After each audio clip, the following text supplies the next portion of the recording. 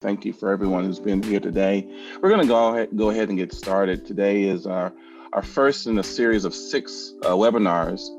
There are follow-ups to the Path to Racial Equity, which is being put on by Sanders Wingo and the LBJ Foundation, focusing on race equity here in the Central Texas region. And we're collaborating with them, and we are the Central Texas Collective for Racial Equity. And we're just partnering with them to continue the conversation. And we're calling this segment the Aftershow, because what we have done is ask folks, thought leaders in the community, to really focus and continue the dialogue about the topics that are being covered. And today's topic is focused on education. And so what I've asked are some of my friends and colleagues in this region, some big thought leaders in the space. And I'm actually going to have them introduce themselves here in a moment. But before we do introductions, what I want to do is kind of just set the tone. We are in a really unique situation right now. We're about to actually have the inauguration of our new president tomorrow. And I think in general, that usually is not that big of a deal, depending on your political perspective, if it wasn't for the insurrection that we had last week at our Capitol. And so a lot of people are, even here at the Capitol here in Texas and Austin, people are kind of on edge about people showing up with guns, and people are quite not sure, and they're feeling a lot of anxiety about where we're going as a country. And so I wanted to make sure to acknowledge that anxiety or uncertainty or frustration, whatever the feelings may be around that space, but also create the space that we are hopefully going to have here in this discussion, because I think this discussion about our experiences as educators and thought leaders, I think will be really critically important for folks to hear as they're, really tackling some really big issues. We've been in a pandemic since which feels like almost like a year. This started actually this time last year. We hadn't really hunkered down until around, I believe, March or so. But here we are still hunkered down, really trying to do our best. Our kids are having to do, for the most part, virtual experience and really make that adjustment. And so education looks very different today just than what it did last year. And so I think this will be a really critical conversation for us to have about how do we deal with not just the pandemic around COVID, but also the pandemic of racism that we've been really challenged to face for a number of reasons over the last several months. And so what I'd like to do is just do some, I'm gonna ask each of the individuals here to just do a brief introduction and just tell the audience a little bit about who you are and what you do here in the region. And I'm gonna ask Elizabeth Dickey, if you don't mind just introducing yourself first. Thank you. I'm Elizabeth Dickey. I am the principal at the Rosedale School. We are a special campus in Austin ISD, and we serve students with multiple disabilities. We are a pre-K through age 21 program, and just really focused on helping students with disabilities figure out what life's going to be like once school's finished, and getting them ready, really focusing on communication, and also very focused on our connection with families. Excellent. And then, if you don't mind going, Dr. Gross from Manor ISD, could you introduce yourself? We'll catch her in a second.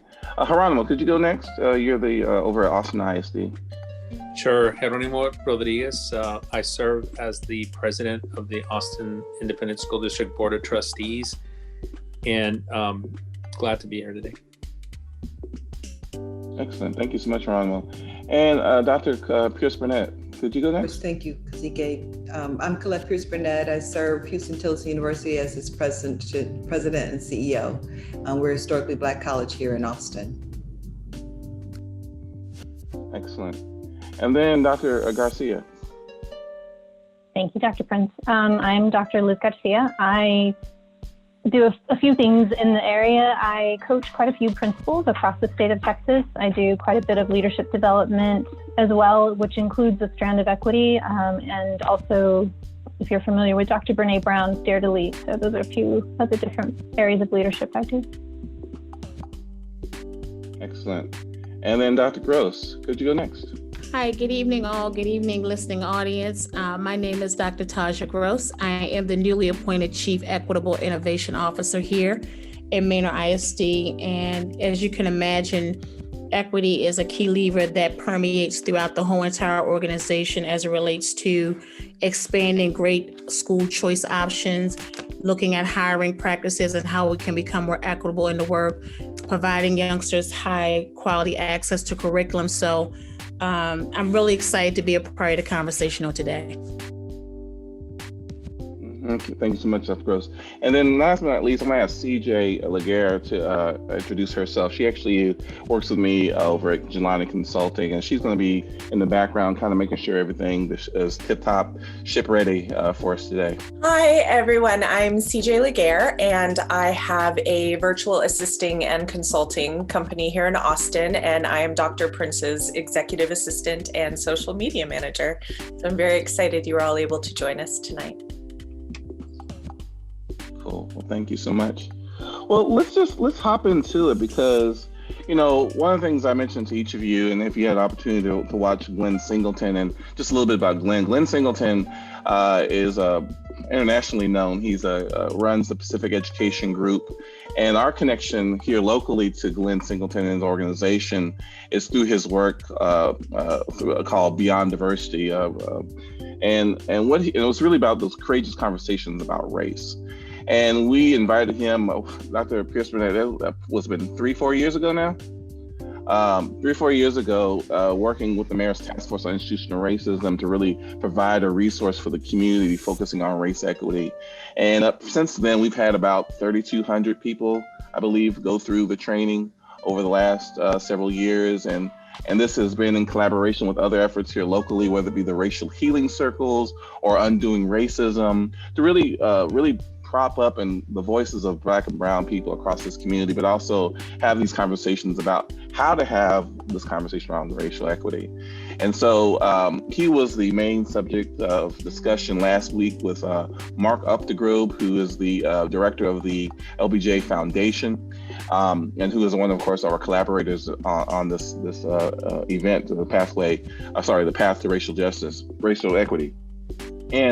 And he provided 3 recommendations. And our focus is here, of course, is on education. And that's why each of us are here to have this conversation, because each of the individuals here are really providing their insights as educators or folks who are in the education space. And the 3 recommendations that Glenn Singleton focused on were, number 1, having each person reflect on race in their life, really having that kind of introspection on how does race have an impact on their life, but also seeking other perspectives, because you're only, working only on your own perspective when it comes to issues around race and racism is not enough. It's important to also seek out others' perspectives. And then lastly, acknowledging and addressing your own biases, because there's been a lot of work around implicit bias and other issues. And so I think what he's trying to encourage us to do is really be mindful of how those biases impact the work that we're doing, and really being attentive to those biases as they have them oftentimes a negative impact on our work with the young people and in the community. And so I wanted to start off with asking a question that hopefully will be useful for each of us, and hearing your own kind of personal experience and perspective. And if you don't mind, Dr. Gross, if you don't mind going first, the first question I want to ask is, tell us about how you entered into race equity work.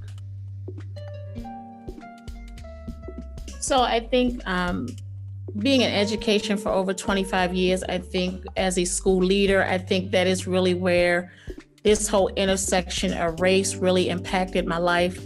And as a school leader of an alternative high school, particularly where students come there for a number of challenges around homelessness, incarceration, hopelessness, not really having a family to call their own. And so that was really a life-changing event for me as it related to the equity and access for how our students who had these particular life circumstances that some were beyond their control, how it really impacted my life, and how I began to look at the equity lens and really look at how was I as a school leader using my lens of empathy. So my moral compass changed, that deep empathy within me changed. And I know that kind of really changed me with respect to really understanding what I really need to focus on, what mattered the most, and how I could make the most impact personally and professionally to improve the quality of life for young people.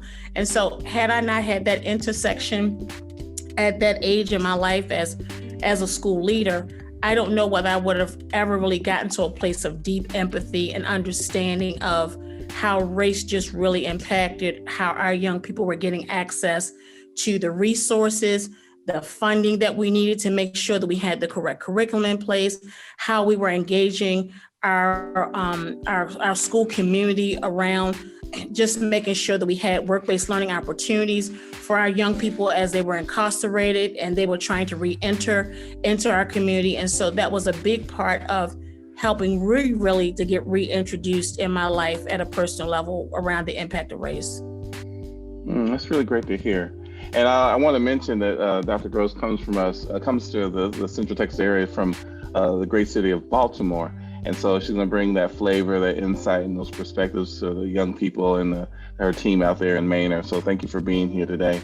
Geronimo, do you mind going next? Again, the question is, tell us about how you entered into race equity work. Sure. Kazique, I grew up first generation Mexican-American immigrant. And I remember the spring of 1980 in Washington State, having grown up as a migrant farm worker. And it's the 7th grade. And while I saw my brothers and sisters and cousins all walk from the camp to the bus stop to get the school bus, and when I saw them being picked up by that school bus, but I wasn't on it because I was working full time from the 7th grade to the 12th grade, going to night school 3 times a week, 3 hours a night,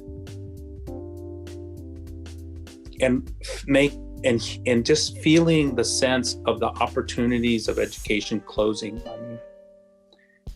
That was my first experience with race, but it wasn't my first experience with equity, as I remember asking my mom and dad about my grandmothers, and both of them never saw the inside of a schoolhouse. And when I was working all day long and being frankly upset that I was in this position, I promised myself that one day I would make sure that people believed that every child could graduate from high school, college, career, and life ready. Those weren't the exact words coming out of a 7th grader in the fields. But a few years ago, I had the opportunity to be appointed to serve on the Austin Independent School District Board of Trustees. And if you fast forward life, I was the first one in my family, not just to graduate high school, but also college and law school. And I felt a need to give back to the public education system that gave me so many opportunities.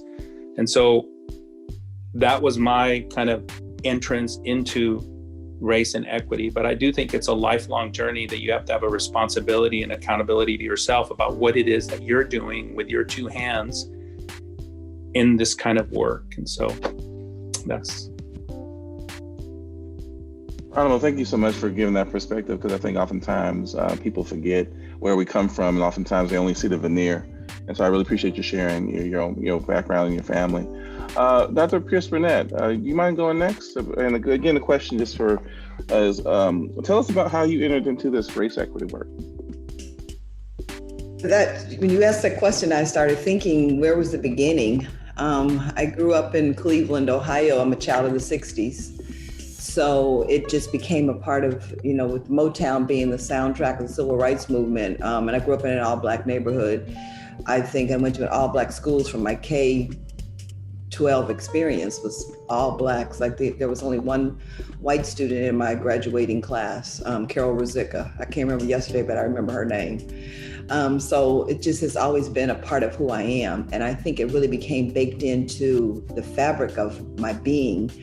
And I feel very blessed that my professional life and my professional goals and my personal goals have intersected. I think that's very important because that really gives me the passion behind my work. I'm married to an HBCU graduate, and my son is a graduate of an HBCU, and I got to see, and I am not, and I got to see up close and personal the magic of what these schools do. And I also got to see up close and personal how they have to work extra hard to be respected.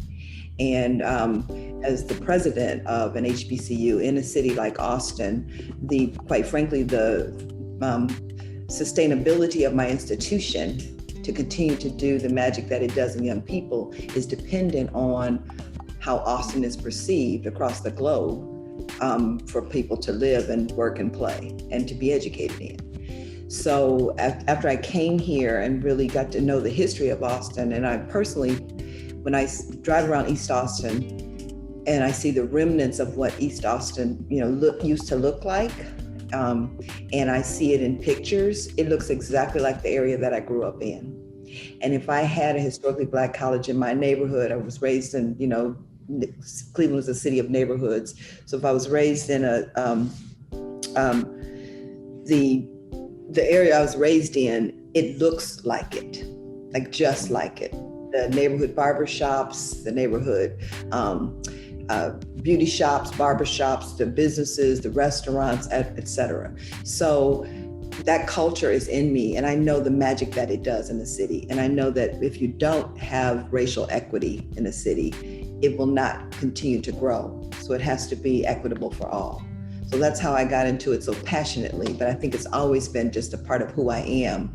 Growing up, like Geronimo said, first generation. My dad and my mom worked low paying jobs so that my sister and I could do what we do right now. So I feel like I owe them something to be able to make sure that I pave that pathway for others like myself. And I want to take a special moment to thank welcome Dr. Gross here. I think it's only fair that we took some talent from Baltimore since they took our assistant city manager, Chris Shorter. So I want to personally welcome her and tell her that we're really glad that she's here. Thank you, Dr. Burnette. Excellent. Thank you for saying that, Dr. Chris Burnette. What you made me reminded me of when I had moved to New York as a young buck. When I remember going to the Bronx as a social worker, one of the first things I experienced was, this is not that different from Fifth Ward, Houston. It was a certain affinity that I had, even though it was supposed to be dangerous and all those kind of things. It was a certain affinity I had for someone who was coming from HBCU, Prairie View A&M. So definitely appreciate you sharing that. Dr. Garcia, would you mind again, and I'll read the question just for everyone. Tell us about how you entered into race equity work. I journaled like 5 pages of things for each of your questions, Kazique. So I won't share all 5 pages, but I think to answer this question, you have to see there's intersectionality of different pieces of my identity that feed the answer to this particular question.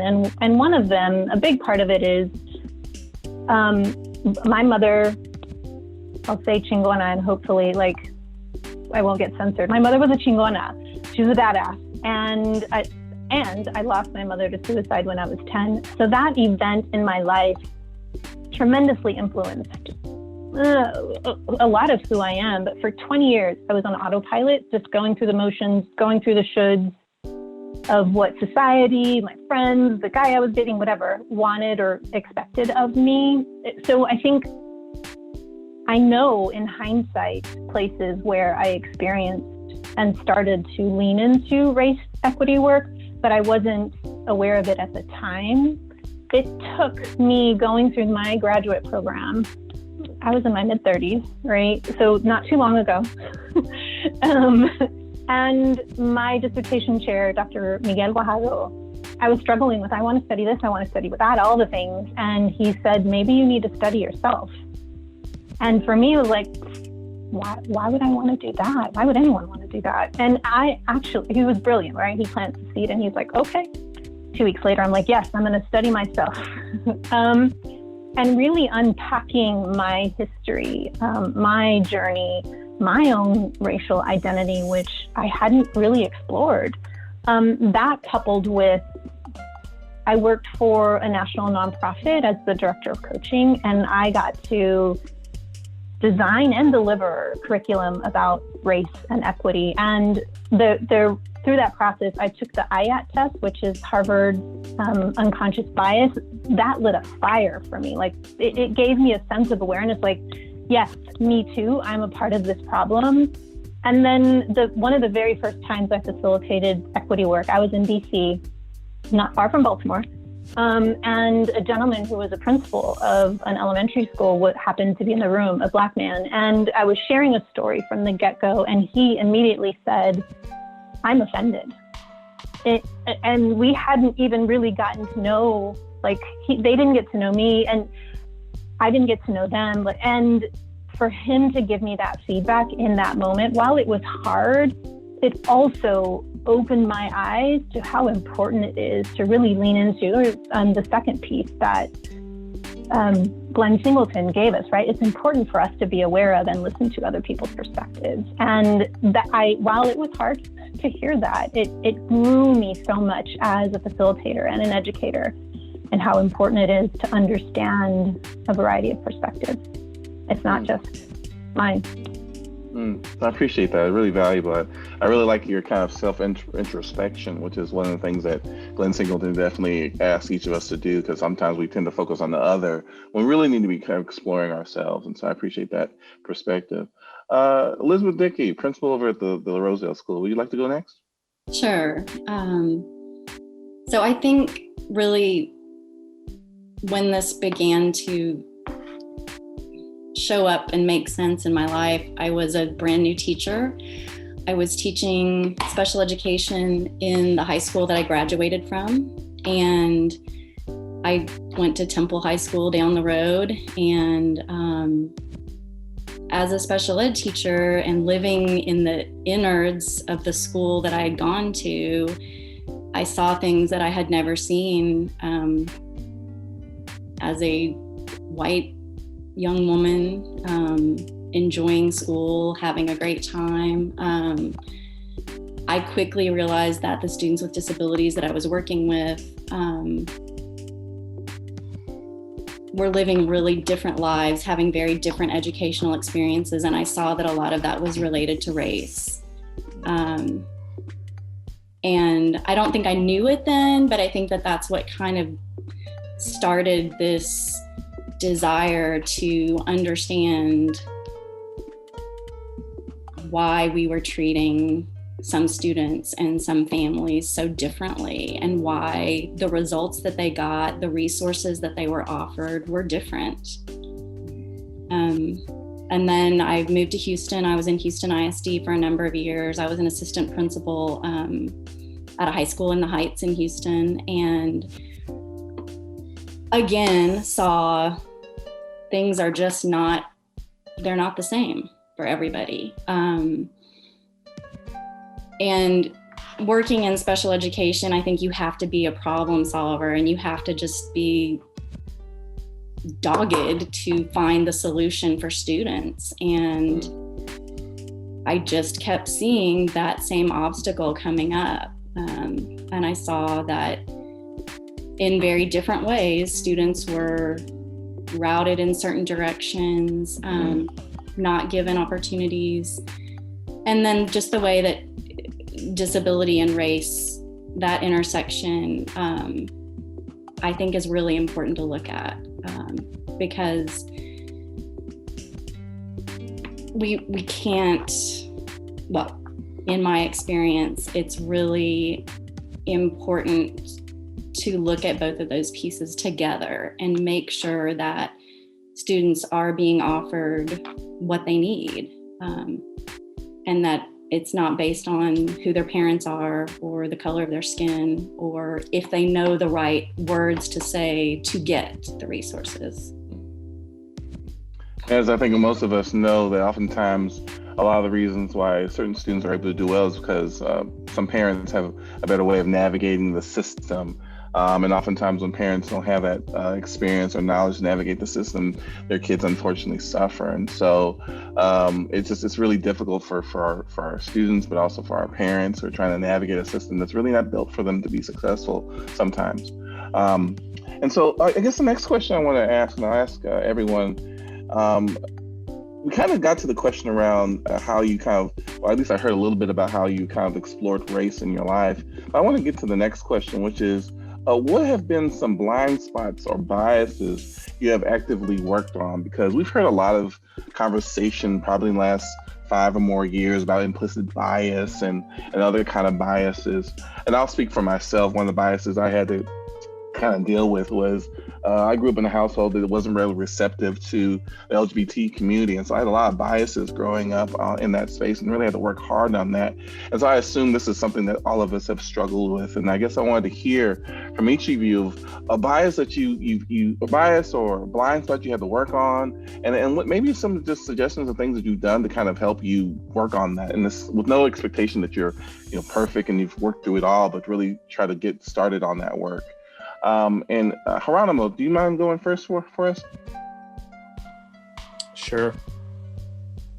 I'm being reflective about your question. I think that the one of the blind spots I had when I was younger was, I think, viewing my life or my perspective both as a victim and then also as less than. And I think that one of the things that helped me was both in college, going to St. Edward's University, and also some of the leaders that I met there, is really looking at my life more from a strengths-based perspective and looking at values and what we believe. And I think what that made me do is drop a lot of those kinds of mindsets well, it changed me to have a mindset of abundance, not one of scarcity. And also to make sure that what I was sharing was really not like, well, this group has it worse than I do, or this group has it less worse than me, but that finding the commonalities around that. And I think one of the experiences I was growing up, I was option rule. At the time, on a personal level, I hated that. It really didn't speak about who I am or what. My experience should be the rule and not the exception. Every graduate, college, career life ready. So these words, while they may be some pretty words on a piece of paper, a mission statement for example, Austin ISD, they are really values that we have to hold ourselves accountable to doing. And it's a journey, as you said.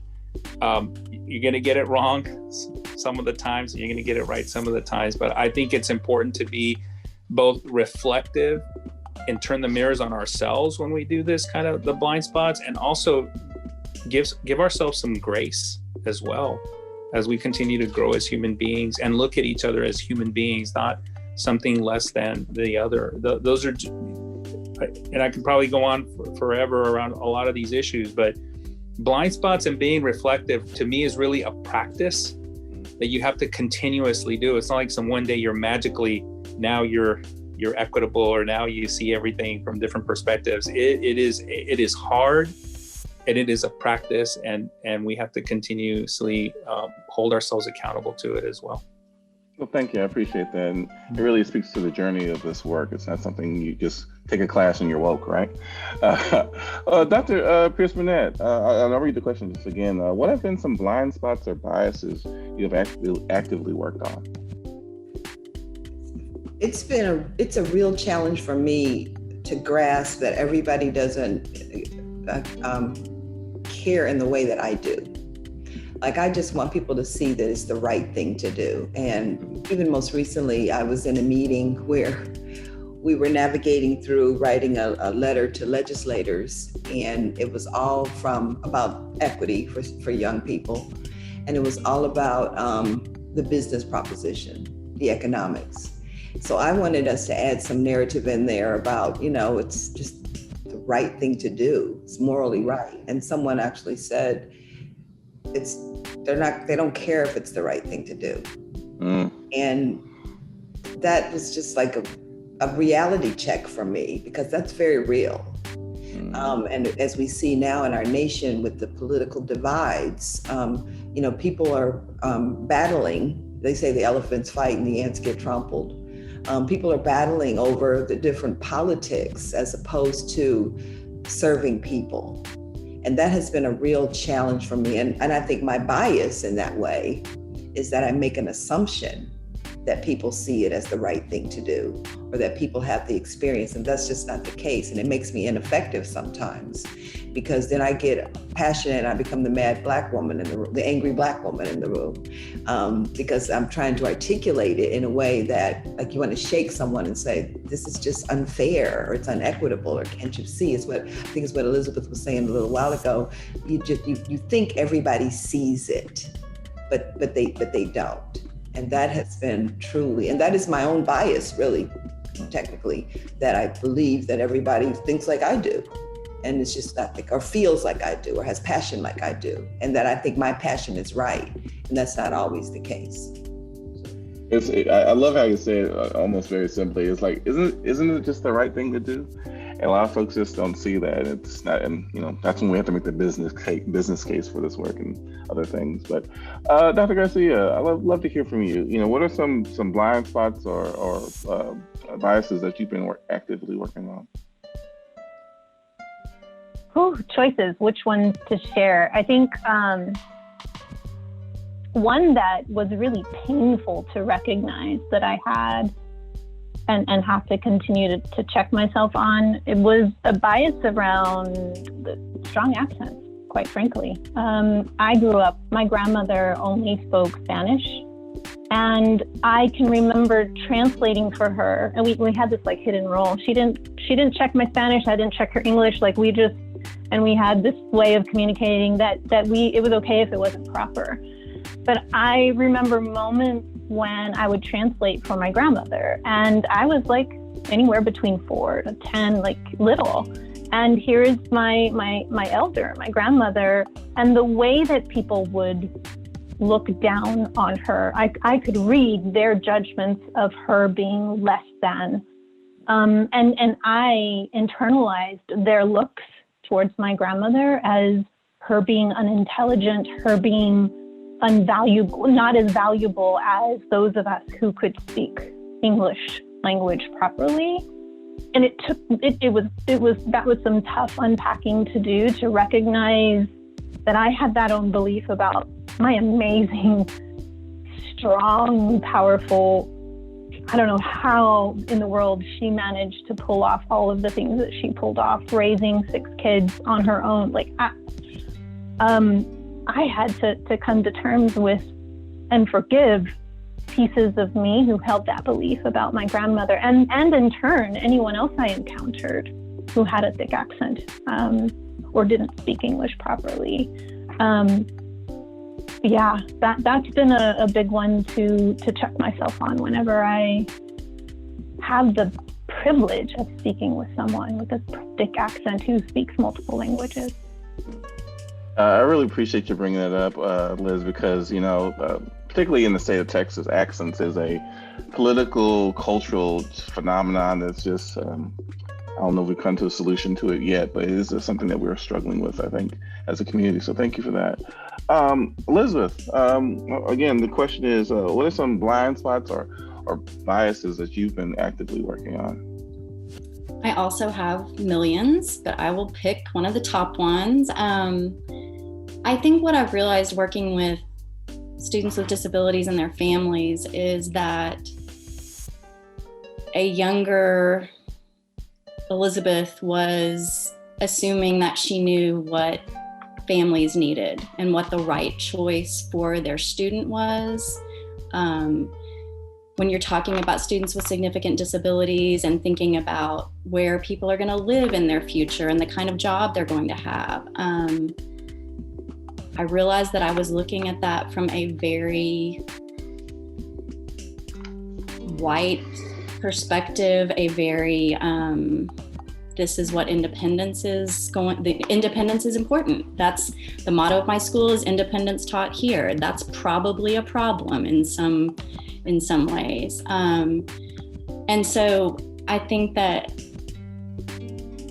as I've learned to shut my mouth and listen to families and listen to students talk about their dreams and what a good life looks like, what a meaningful life looks like, it's not something that I would design. it's much better.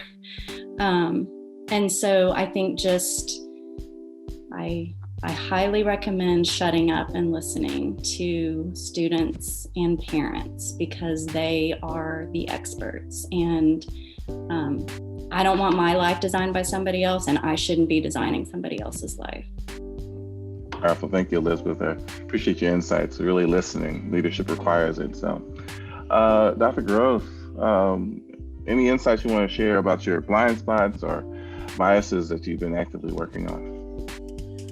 So I think the older I get and the more wiser I seek to become, I found myself in a place of conformity, and it is something that I am truly, truly working on, because I know that there is a culture in education, right? There is, in some aspects, the go along to get along, right? There were biases that were happening to children. There were inequities right in front of my face that I saw happening to children, right? So we weren't doing things for children for them, we were doing things to them, right? We were putting policies and practices, and things were happening. And in some instances, I sat quiet, and I knew that I had a moral obligation as a school leader, an educator, a central office, and now in the role of a chief. I know that I had a moral obligation. So as I continue to work on myself, I'm really at a place now where I'm just practicing living my truth and speaking my truth. And so the stakes are too high right now with respect to equity and what's happening around the country politically, and looking at the political landscape. The stakes are just too high now. And so every chance I get, I want to live and, more importantly, speak my truth. Speaking the truth, I love that. And I admire your insight that you shared there, Dr. Gross, because that's actually a common thing, particularly people of color struggle with, because the speaking your truth has consequences, right? There's negative consequences for seeing things and saying something. And so sometimes we learn, and I know I've had the experience where you don't say anything, and then you figure out, no, I got to say something, and sometimes deal with the consequences. So I appreciate the insight. I do want to pause just for a second. We're a little bit past the half hour, and I want to encourage folks who are in the audience who are watching this webinar to submit their questions they may have, because we're going to, after this next question, probably approach some questions from the audience. And so if you have any questions that you may have of our panelists today, I encourage you to go to the Q&A tab and click it, and then enter your question that you may have. But I'm going to ask one more question, and I'm going to ask Dr. Burnette to respond. She asked me not to let her go first, but technically you're not going first. You're going like the 15th. So this next question is, one of the things we know in the literature, and just maybe from personal experience, that oftentimes many white people are blind to their own race. When we look at the census, the people who oftentimes mark no race or other race are mostly actually white Americans, because they just don't experience themselves as being white. And so the question is, how does that present any challenges, in your opinion, when white Americans don't see their own race or don't see race in those ways? It goes back to what I was saying about the right thing to do, because you're not affected. You don't feel how you're treated differently because of the color of your skin. You don't recognize your own privilege. Just to use that, we toss that around a lot, but that's really true. That in anything, even as a college president, if I don't recognize my own privilege in the position, whatever those privileges are, but if I don't recognize the privilege in the position, then I'm going to act a different way until I see my privilege and how I can have an advantage that someone else on the campus might not have, because they're not in the president's position. So I think that is the challenge, because, and I'm going to mess this up, but Margaret Mead, an anthropologist, has a very famous quote that says something about, until things really won't change until those who are unaffected are as outraged as those who are. So if I'm not affected, I'm not outraged, and we're seeing it unfold, that things are happening to such an elevated level that now more and more people feel outraged because you see something that's so exaggerated. I mean, the takeover of the Capitol and then the nation's response to that, as opposed to the protests during the Black Lives Matter. I mean, that's outrageous. So not everybody is outraged, but people who are not normally affected by those kinds of things are now feeling it in a very different way and processing those emotions in a very different way. I mean, and our whole relationship with race in our own lives, I believe, evolves. Just as late as this weekend, my dad, he was born and raised in Mississippi, and he migrated to the North after having an interaction with a white man kicking his mother. So he then moved to, this is back in the 50s, clearly, moved to Ohio. That's where I was born. So, and then now as a part of this, another whole after show, as a part of the migration, then back to the South, because many Blacks that move from the North to, from the South to the North for opportunity, then end up moving back to the South for opportunity. But he called me this weekend, very concerned, and telling me, he said, don't go anywhere by yourself. And he said, you don't know these people like I do. And it made me so sad that my dad has to have that concern about his grown daughters in 2021 in the United States of America, because of his own experience and almost seeing it mirrored right now. So this concept of race, until we really embrace it, and the whole concept of color blind versus color brave, no one is color blind. We just have to really move into what Glenn Singleton says, a very courageous conversation about race, because I believe in my soul that humanity, everyone wants a better world for their children. And embracing that whole concept of humanity. They say there's one race, the human race, but accepting the history of why race is such a third rail conversation, and the concept of racism and anti-racism. Beautiful. Thank you, Dr. Pierce Burnette. Dr. Garcia, I'm going to read the question just real quickly. What have been many white people are blind to their own race. Does that present any challenges in your opinion? Yeah.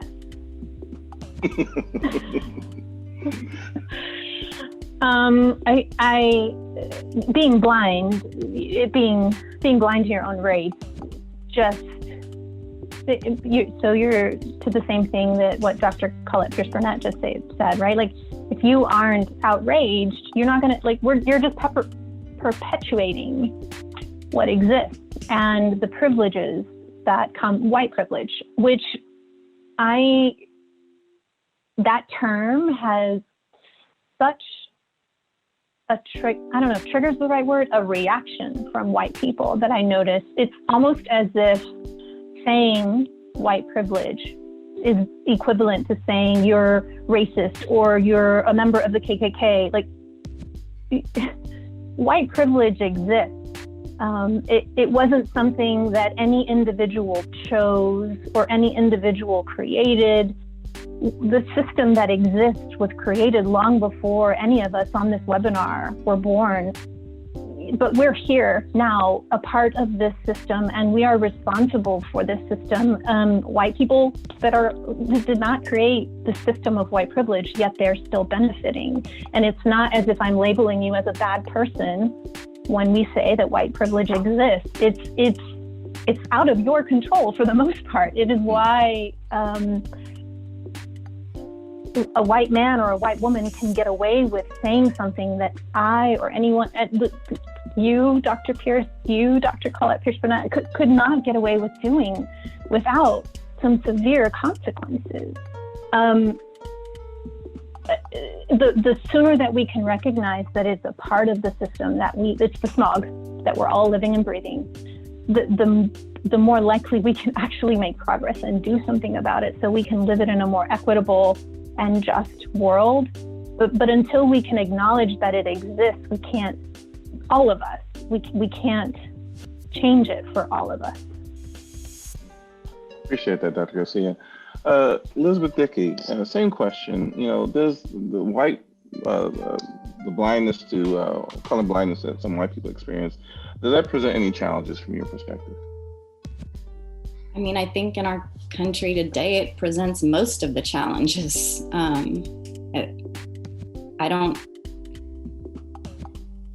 If you could get rid of that one thing, then we would live in a different country. And I think those being my people, I think the challenge is how to share the understanding that you gain, share your stories in a way that people can hear them. In my experience, a lot of people are, I guess that's the main way that I see the hardest change happening, is people experiencing something or hearing another person's story and being able to really take it in. But that feels really challenging in a country right now where we aren't willing to, or many white people aren't willing to listen to the stories. Yeah, I hear what you're saying is that for the dangers that the stories that people need to be sharing, their experiences as a white person, oftentimes they're not being shared, and those stories need to be heard, those perspectives need to be heard if we're going to actually make any progress in our society. And so I really appreciate you sharing that insight. Dr. Gross, I'm going to have Dr. Gross and Geronimo go, and then we're going to go to questions from the audience. And same question, do you feel like color blindness presents any challenges in education or in other spaces?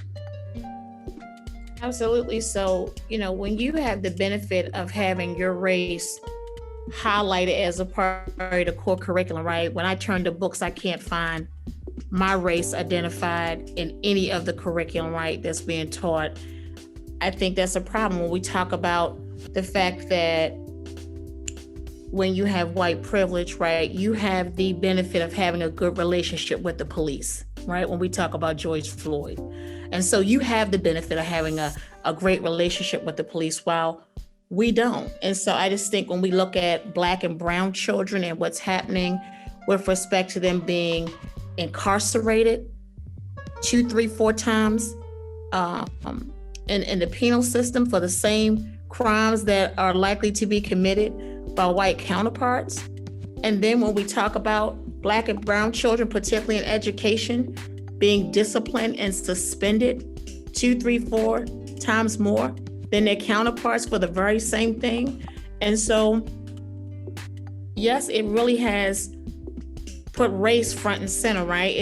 Race has just become so blatant within the fabric of education. And this is where I think we have the opportunity to kind of like push back and kind of not go with the status quo, right? This is our opportunity right now. Cool, thank you.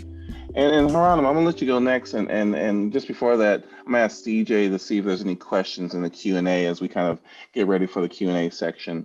Geronimo, just again, do you feel like color blindness is presenting some challenges? Definitely, it presents a lot of challenges, but there's also opportunities. And and Dr. Gross mentioned something that just made me think. The first book I ever identified with my culture was Bless Me Ultima by Rodolfo Amaya, and it wasn't until later in life that I realized how significant it is for a child to see themselves in a book. And the reason I say is because I think there's opportunities for us as much as there's a challenge. The challenge, yes, there's unconscious bias, and it's sort of, if you've ever traveled and just decided you're going to play a game and say, I'm going to see how many yellow Volkswagens there are, and all of a sudden you start seeing all of them. And I think part of the courageous conversations part is the opportunity, the responsibility for us to raise up these issues and watch our friends and those that we know get conscious about the systemic inequities and the racism that's been here historically. For example, on Austin ISD, it has been historically discriminating before. And I think we have an opportunity, a responsibility, and obligation to break those systems to ensure that we have a much more fair and equitable educational system. And so to me, it's sort of like, yes, there's a challenge to it. And I think we have to raise up those issues and be a part of the solution. And I think that, just from my perspective, I really do believe that power is something that you participate in, not something that you possess, which is, again, another part of this making individuals conscious about the power they have and how they're participating in the impact that it's having in our communities. And we have to raise that up now. Excellent. I love that. I appreciate that. And what I want to do is I want to transition. We have about 8 minutes, give or take, for Q&A. I'm going to try to get to as many questions as possible. Before we do that, I want to remind people, the Central Texas Collective for Racial Equity, we've only been around for a few months, and Dr. Pierce Burnette, she's actually really happy that she's serving as our board chair. And I wanted to make sure to take this opportunity to encourage you to go to our webpage. You should find it in our chat box, and go to the webpage and learn more about the collective. But I also want to encourage you, if you want to support, we're right now in the middle of a campaign, the Beloved Community Campaign, to raise $250,000 to continue the work to diminish and dismantle institutional racism in this community. And so please support us in that effort if you're able to. Any amount makes a difference, and so please do that if you're in a position to do so. But I wanted to ask one of the questions from the Q&A, and this question actually is for you, Elizabeth. This question asks, have you experienced any pushback as a white woman working in this area?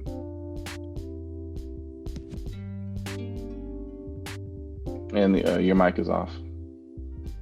Your mic is off. Sorry. I'm assuming that is saying pushback related to race and equity work. That's how I read it. Okay.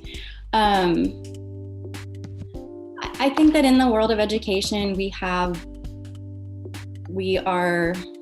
get attached to things, institutions, ways that we've done things. And so I think that when you are pushing people to look at things differently, I have experienced pushback in just trying to begin conversations about what if we looked at this differently. But I have to say I'm in a group of high school principals that I work with, and I'm really happy to be in a group of people that asks each other hard questions and is doing a lot of collective work around this.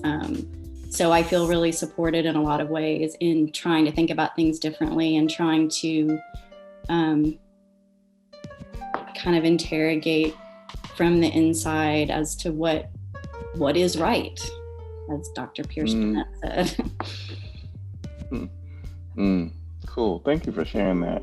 Another question comes from one of our audience members, and the question, I'll read it, is, given the true discrimination and prejudice poor white people experience at the intersection of race and poverty, how can the issue of systemic racism be framed so poor white people can see it?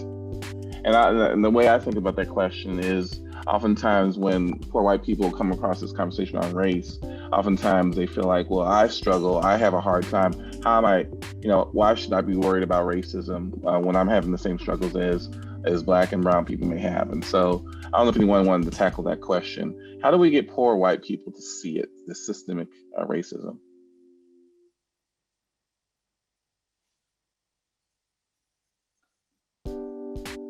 Anyone want to get on that one?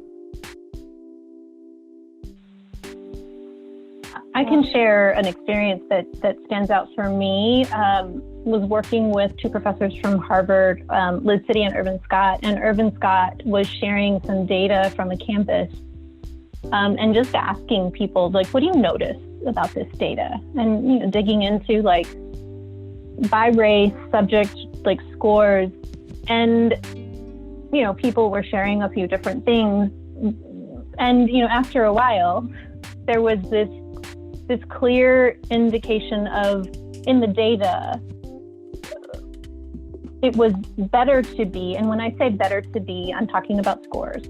You performed better if you were a poor white, if you were I'm going to get this wrong. If you were a poor white student than if you are in the wealthy area of a Black student. right? So you would perform better if you were a poor white kid than if you were a wealthy Black kid from that data.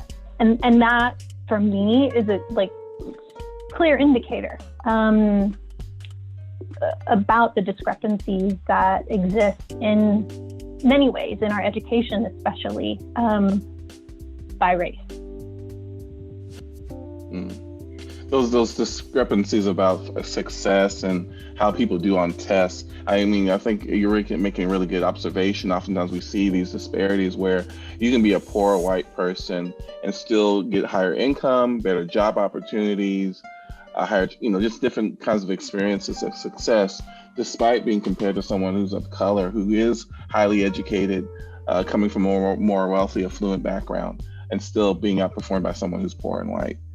So I really appreciate you providing insight. Anyone else want to kind of get on this one? How do you make this case for folks who are poor whites and frame the conversations they see it and understand? Are there other things? I would just highlight that Dr. King actually started coming off the heels of celebrating his life. His whole thing was about poverty and fighting poverty and how it was detrimental to society in general. And then, of course, it's hard to untangle the two together. But in those conversations, when we talk just about addressing poverty, and our conversation today is educators, and education is the great equalizer. And sharing that the more you can become educated, the more opportunities you have.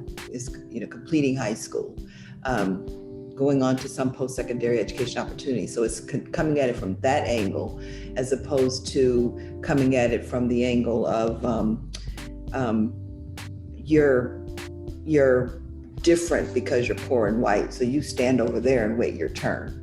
Because it's really about poverty. At the end of the day, it's about equitable opportunities that are not afforded, and poverty is generally the worst enemy in that respect.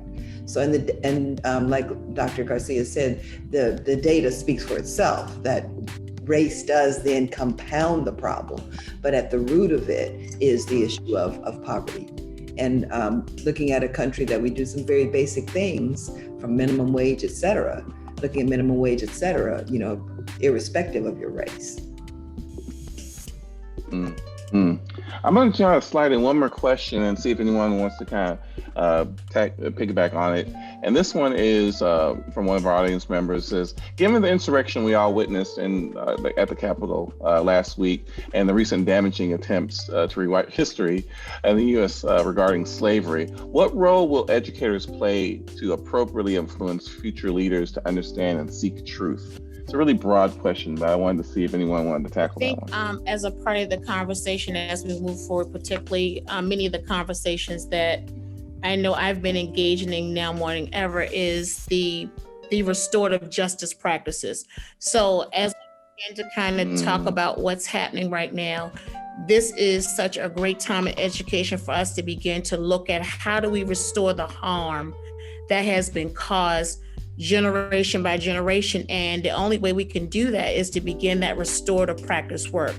And so I know that we are really digging in deep so that we can really begin to introduce a course around introduction to racial equity, right? Because we all have to own it, right? We all have to own our implicit biases, where we come in and how our biases impact how students learn and their academic performance, and how we've all been a part, right, of the harm systemically as a district, right? And on a personal level, how do we engage our scholars now around restoring the harm that has been caused? So the work that we have to do around restorative circles is really important. Students who haven't been engaged in school, the work that we're doing around reentry circles, so that students have a school that is a part of a community that cares, and really changing the culture of what that looks like. So that's really a lot of the direction in education that I believe is going to benefit our children.